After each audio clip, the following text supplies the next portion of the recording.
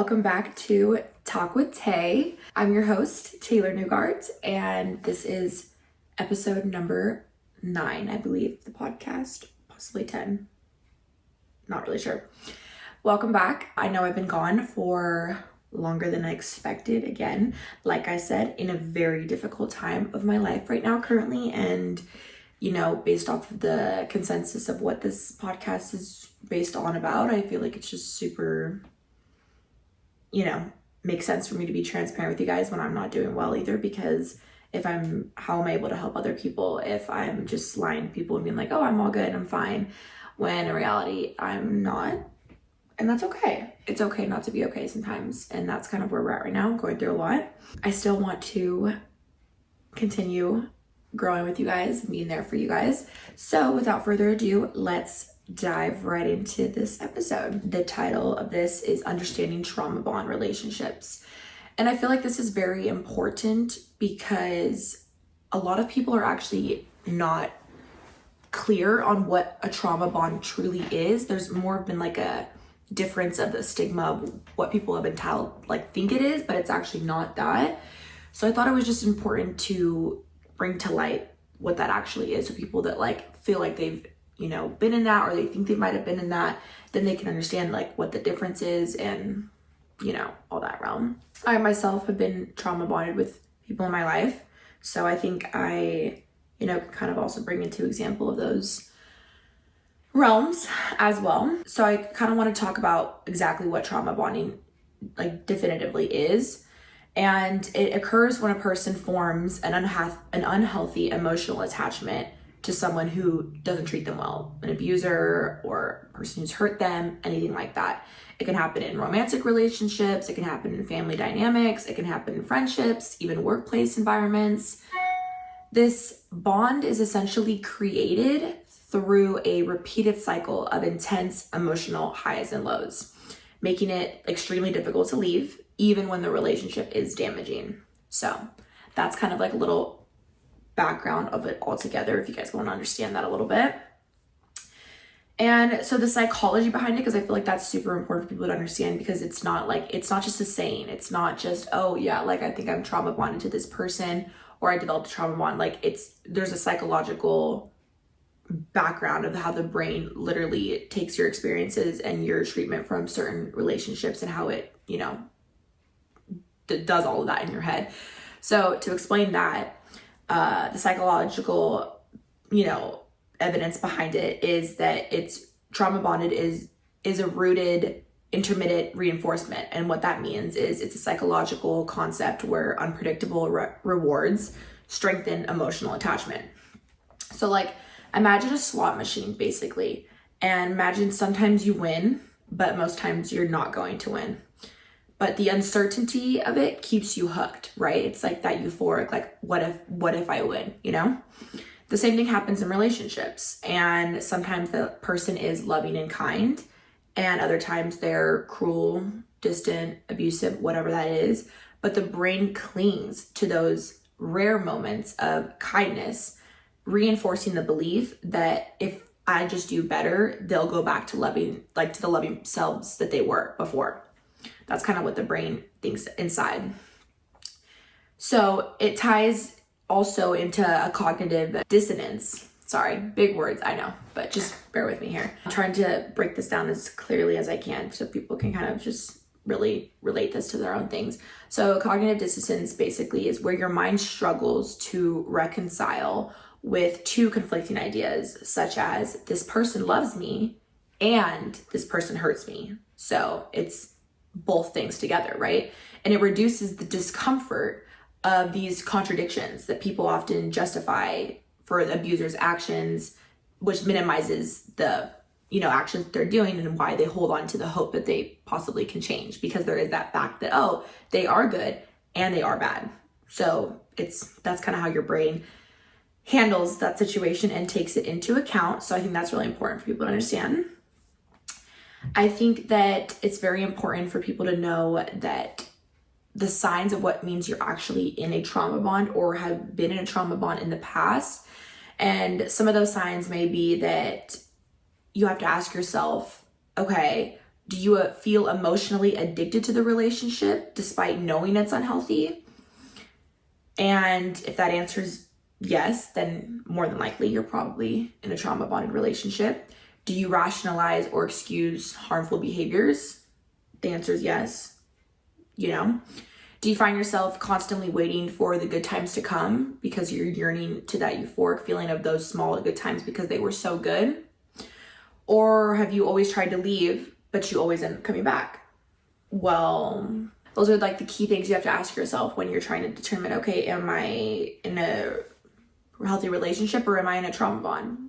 I'm not saying that's easy at all to ask those questions to yourself or that you're a bad person if you answer right or wrong to them, you know? You're human, and unfortunately that is how our brain works, which is so interesting. It's almost like it's like setting us up for failure, but that's why it is so much harder to leave unhealthy relationships, unhealthy habits, all that stuff, because your brain tries to justify the good in everything as much as it can, which is super interesting. It's like you think about somebody could do one good thing for you and 20 bad things for you, and you're gonna hold on to the fact that they did this one thing for you and be like, no, but like they're a good person, they're meant to, like, you know, all these, like, you're gonna cloud the judgment on the other areas, which is super interesting.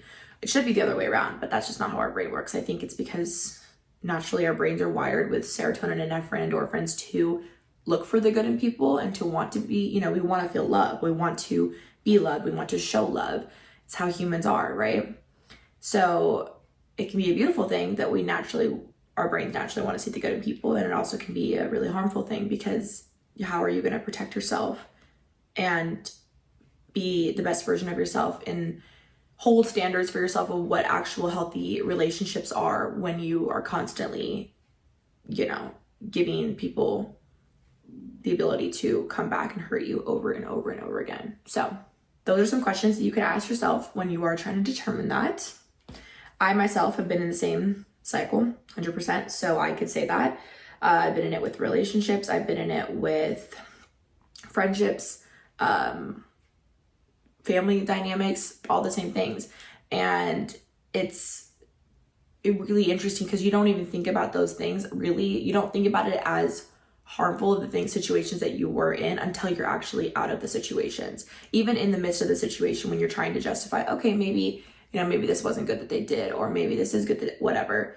It's never going to be as clear as day of what actually is, you know, fine line of what you were dealing with or what you were accepting or whatever, until you're on the outside of it, until you actually separate yourself and look at it from another perspective and be like, oh yeah, like I thought that was normal. Like that's not normal, you know?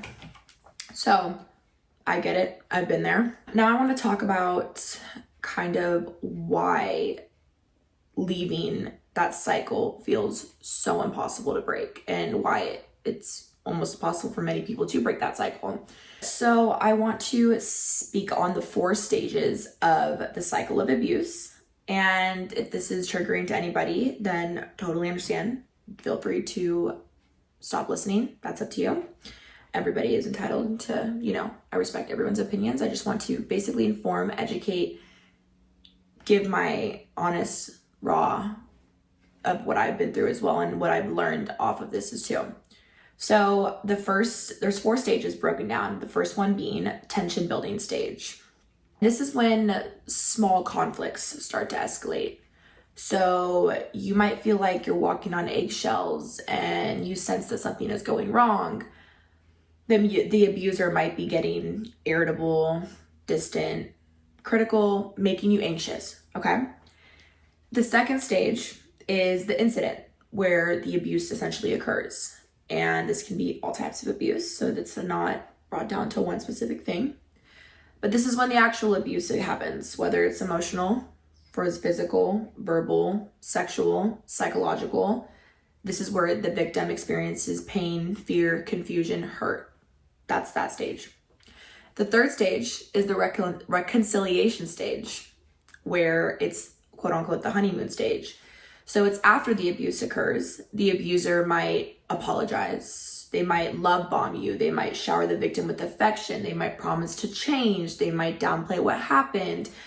And this phase releases so much dopamine in the brain that it reinforces the attachment, which is what's so crazy. So that's what's so interesting, is because you can go from being abused by somebody to being in this reconcile stage of honeymoon and being so love bombed and, told that you're going to change, that you're going to whatever, manipulate it, whatever they do it.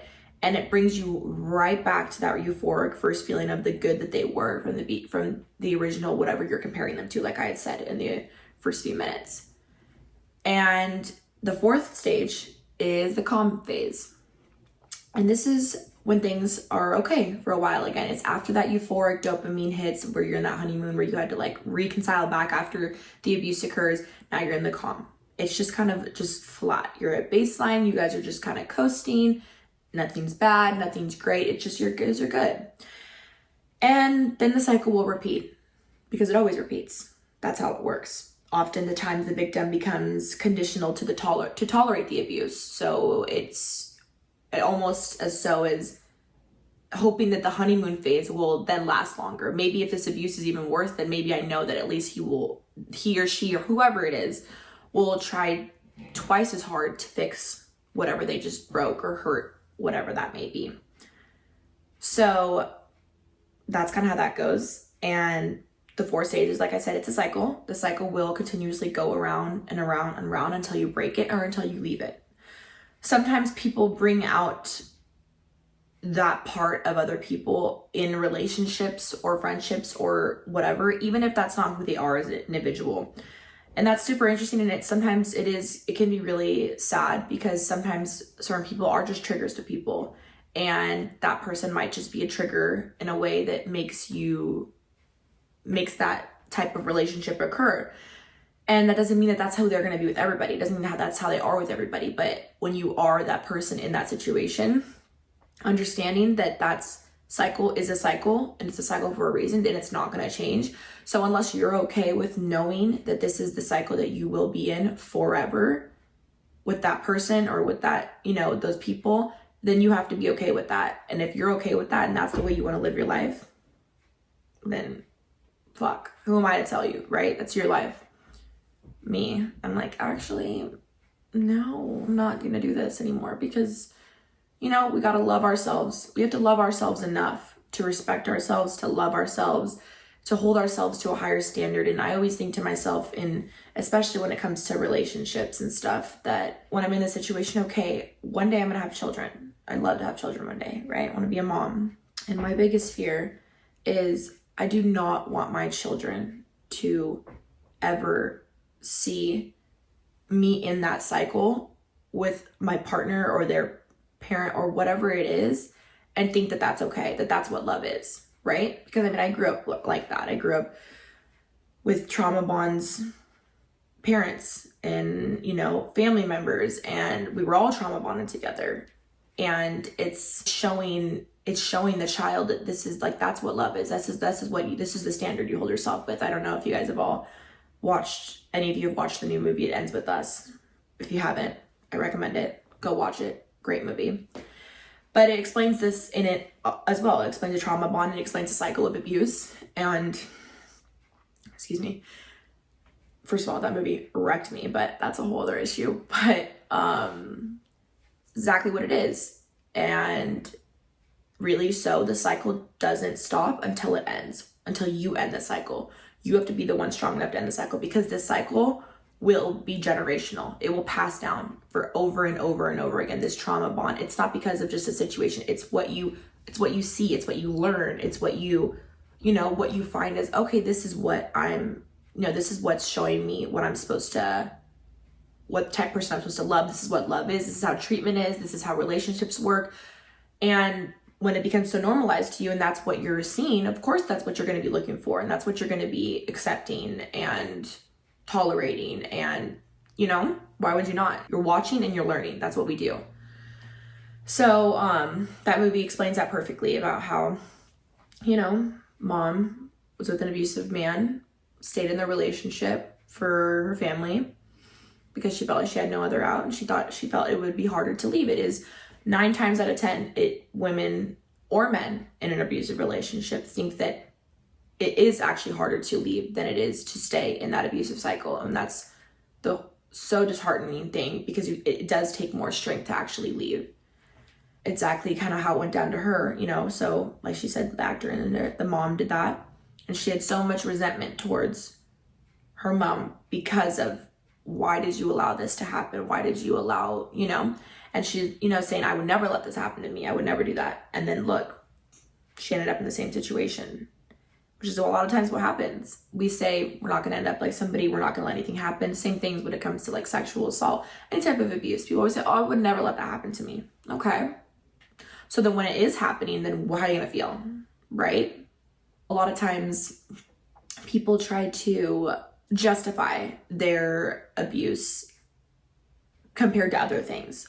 Well, it's not this, or it could be worse, it could be this, or it's not like they don't mean to do this in that way, or they, whatever justification they put in their head based off of that is why they stay, right? Like I said from the beginning, our brain wants to think the best in people, so why would we not? But like I said, in that movie, in the end, she did the same thing, and she knew that cycle was going to continue, and she looks at her baby in her eyes, and she knows that if she doesn't break this cycle, that it will continue to go. And like she says to him, she's like, how would you feel looking at your baby girl? And, you know, she comes to you and she says, you know, my husband or my boyfriend, you know, hit me, but he said he would never do it again. Or, you know, he screamed at me every single, whatever it was. And he even says in there, he's like, I would tell her to run, and I would tell her to leave him and never look back. And so she's like, well, then that's what I have to do, you know? Oh my God. It's literally, it gives me goosebumps every time I talk about this movie. It literally gives me goosebumps because I just feel like I'm reliving my childhood, like looking into my own mom's eyes, and that just literally breaks my heart.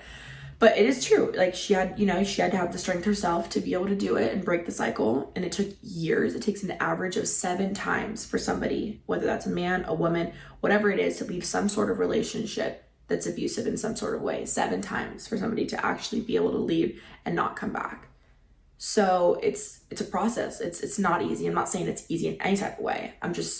These are the facts. The facts of the situation these are literally the facts. So, and then I also wanted to explain that a lot of times people that are your trauma bond person or your abuser or whatever, there's ways that you can find that's what is going on, or that's what they are doing to you. Because like I said, sometimes we try to justify situations and say, oh, well, that's not actually, like, they're not being abusive, they're not being manipulative. Like we have this constitute in our head of what those things fine lined are, but there's not a fine line. There's so many gray lines in between of what actually can be considered disrespectful, abusive, manipulative, gaslighting, everything you think of, right? A few things may even be in things that they say just as like, you're overreacting, I've never said that, you're the problem, or they like to play the guilt card, nobody else will ever love you like I do, no, you know, I do this because I care about you. And it's just tactics that they use to get into somebody's head that makes them feel like they shouldn't leave. Why would I leave? No one's ever going to love me like this person. This person loves me so much that even though they hurt me so much, they want to fix it with me because they love me so much. We're just justifying these contradicting statements all the time, right? And a lot of times people with childhood trauma, particularly those who have experienced neglect or inconsistent caregiving, are more vulnerable to trauma bonds. And unfortunately, that's just kind of how it goes. If you grew up with pain or unpredictability, you are more likely to tolerate toxic relationships as an adult. And that's just the fact of the matter, unfortunately. And I think that's why it's really important to know yourself too over anything, and know, okay, where do I come from? What do I come from? And what have I learned growing up? Now I have to take that so hard into consideration when I go out as I grow up. The relationships I build, the friendships I build, the environments I put myself in, because I'm more susceptible. It's the same thing with addiction. You know, you're born into genetic predisposition. You're born into that, already having that addictive gene in your body, you know? So it's just way easier to get back into that cycle. So it's very important to be aware of that. And that is something that I try to be aware of myself, because I know I come from that. I feel like the other thing that does make people in this situation really continue is continuing these cycles is the fear of hopelessness and unknown. And I know for fact, I'm this person as well. I fear the unknown. I like to be comfortable, you know, even if it's not what's best for me at all. But, you know, sometimes people think in these situations that they don't believe that they can escape the situation. They believe there's no way. And sometimes safety wise, that is a thing. They fear being alone. They fear starting over. They fear, you know, the uncertainty of feeling stuck, because even though this is such an unhealthy thing that they're in, at least they know that they know what they're getting themselves into every day, right? Which is really sad, and it's really unfortunate, and it makes me like actually like literally want to cry thinking about it, because people will spend their entire lives in these trauma bonded relationships just suffering because of not thinking that they can leave, or that they don't deserve better, or that they're just scared of the unknown, or that whatever that is that they've been told in their head or that they've learned. And like I've said in probably almost every episode, there's nothing, everything in life is a choice. You always have a choice. There are so many resources out there that can help you, that can keep you safe, that can help you try to heal and to recover and to, you know, be able to separate from that. You have to reach out to the support that you know that you have, that you don't think about when you're in these situations. And just like trusting yourself over anything is so important, because at the end of the day, like I say to everybody, there's literally nobody that got you like you got you. That's honestly just, and it's shitty to say that. And I'm not saying that doesn't mean people don't love you or they don't love you with everything they have, but you're the one living your life, right? You're the one in your own body living your life. You're the one that came into your life. You're the one that's leaving your life by yourself. There's nobody intertwined inside of you. So you have to choose for yourself, what do I want for me? What do I want for myself? Because I'm the one that's going to be living it for the rest of my life.